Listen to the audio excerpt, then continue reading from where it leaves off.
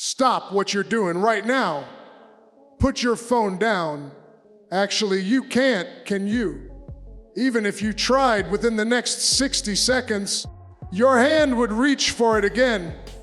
Not because you're weak, not because you lack discipline, but because that device in your pocket was engineered by some of the most brilliant minds on the planet for one singular purpose: to own you. This isn't a tool you control. This is a weapon pointed directly at your skull, and you've been carrying it willingly, eagerly, desperately, every single day of your life. The difference between a tool and a weapon is simple. A tool serves you. A weapon controls you. And right now, your phone is winning a war you didn't even know you were fighting. Silicon Valley didn't build these devices to make your life easier. They built them to extract every ounce of attention, focus, and mental energy you have and convert it into profit. You think you're scrolling. You think you're checking. You think you're just staying connected. But you're not. You're being harvested. And the harvest is almost complete. They knew exactly what they were doing. Every app, every notification, every color, every sound, every single pixel on that screen was designed using decades of psychological research into human behavior and addiction. They studied what makes slot machines so addictive and built those exact mechanisms into your pocket. The infinite scroll wasn't an accident, it was warfare. The pull to refresh wasn't convenience, it was a slot machine lever. The red notification badge wasn't helpful. It was a dopamine trigger engineered to hijack your brain's reward system. Former executives from these companies have come forward and admitted it. They've said publicly that they designed these platforms to be as addictive as possible. One former Facebook executive said they exploited a vulnerability in human psychology. Another said he feels tremendous guilt for what they built. These aren't conspiracy theories. These are confessions. Your brain releases dopamine when you get a like, a comment, a message. That's the same chemical released when someone takes a hit of cocaine. And these companies know it. They've hired neuroscientists, behavioral psychologists, and experts in persuasive technology to make sure you can't resist. They A/B test your addiction. They measure how long you stare. They track what makes you come back, and then they optimize, refine, and weaponize it. The average person checks their phone over 150 times a day. That's every 6 minutes you're awake. You're not using your phone is using you. And the product being sold isn't the app, it's you. Your attention, your time, your life. You package it, sell it to advertisers, and laugh all the way to the bank while you wonder why you can't focus anymore. But here's what they don't tell you in those terms of service agreements you never read. Here's the fine print written in invisible ink. You're not just losing time, you're losing your mind. Your ability to think deeply is dying. Your capacity to sit with discomfort, to wrestle with complex ideas, to build something meaningful that requires sustained effort over months or years, it's evaporating. Every time you pick up that phone to escape boredom, to numb anxiety, to avoid the hard conversation or the difficult task in front of you, you're training your brain to be weak.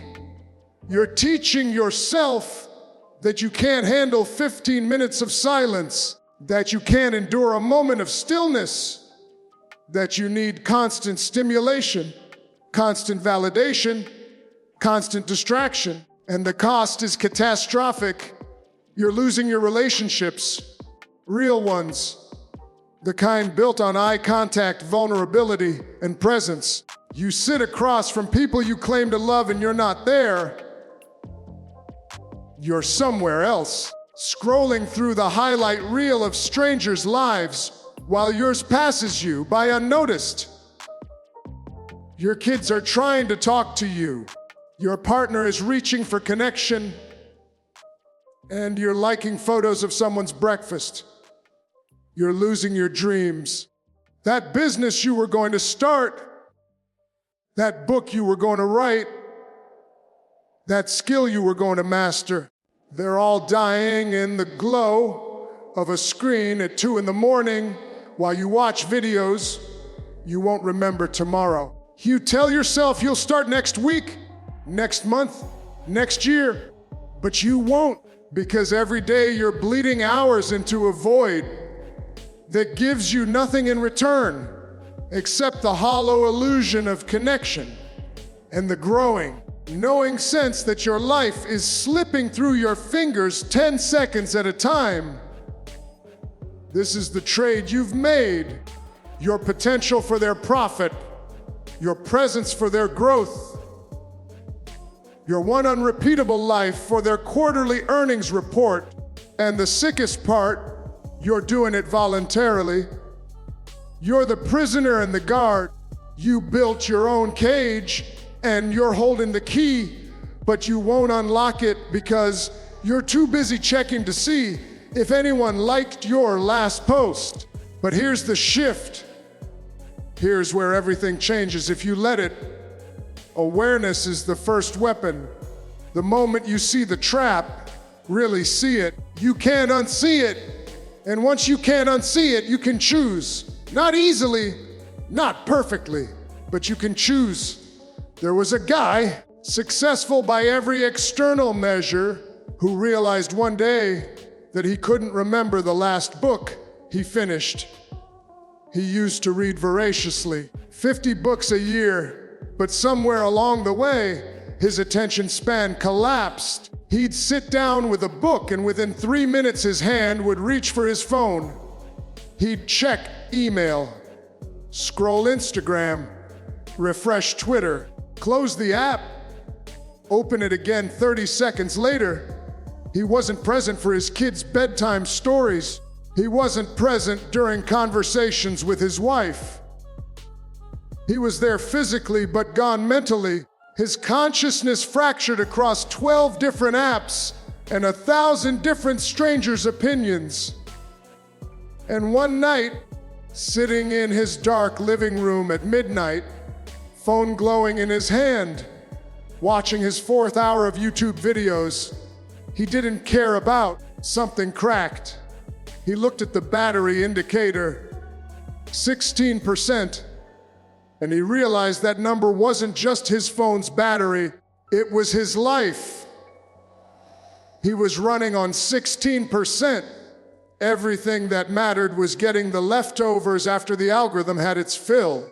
That night he made a decision. Not tomorrow, not Monday. That night, he deleted every social media app, turned his phone to grayscale, put it in a drawer in another room, and he sat there in the silence, and it was excruciating. His brain screamed for stimulation. His hands twitched. Phantom buzzes fired in his pocket, but he sat there, and after 20 minutes, something shifted. His thoughts began to settle, and for the first time in years, he could hear himself think. That was 8 months ago. He's finished 19 books since then. Started the business he'd been talking about for 5 years. Has actual conversations with his family. He's not perfect. He still struggles. But he's awake now, and once you're awake, you can't go back to sleepwalking. The question is, are you ready to wake up? Then here's your battlefield strategy. These aren't suggestions. These are orders you give yourself if you're serious about taking your life back. First, grayscale mode. Right now, go into your phone settings and turn off all color. make your screen black and white. This single change removes 60 to 70% of the visual addiction triggers. Apps are designed with specific colors to trigger specific responses. Red for urgency, blue for trust, bright gradients for excitement. Strip that away and suddenly Instagram looks like a newspaper from 1952. Boring, forgettable, exactly what it should be. Second, notification scorched earth. Turn off every single notification except phone calls and texts from actual humans you know. Not group chats, not email, not apps begging for your attention. If something is truly important, people will call. Everything else can wait. You don't need to know the instant someone likes your photo. You don't need breaking news alerts injecting anxiety into your bloodstream 16 times a day. Silence the noise. Third, app limits with teeth. Most phones let you set time limits on apps. Use them. But here's the key: when that limit hits, you're done. No, nor limit for today. That's just negotiating with a terrorist. You set 30 minutes for social media, you get 30 minutes. When it's gone, it's gone. Treat it like a combat ration. When it runs out, you don't get more just because you want it. Fourth, physical boundaries. Your phone does not sleep with you. It doesn't live on your nightstand. It doesn't come into your bedroom. Get a $30 alarm clock. Charge your phone in another room. This single change will transform your sleep, your mornings, and your mental health. The first thing you see when you wake up should not be other people's problems and opinions. And the last thing you see before sleep should not be a glowing rectangle pumping cortisol into your system. Fifth, intentional usage windows. Schedule when you use your phone for non-essential things. Maybe it's 30 minutes at lunch and 30 minutes in the evening. Outside those windows, your phone is a tool for calls, maps, and actual utility, not entertainment, not escape, not a pacifier for adult children who can't sit with their own thoughts for 10 minutes. This is about declaring war on autopilot behavior. Every time you reach for your phone, you pause and ask why. What am I avoiding? What am I actually looking for? And 9 times out of 10, you'll realize you don't have a good answer. Put it down and face whatever you're running from.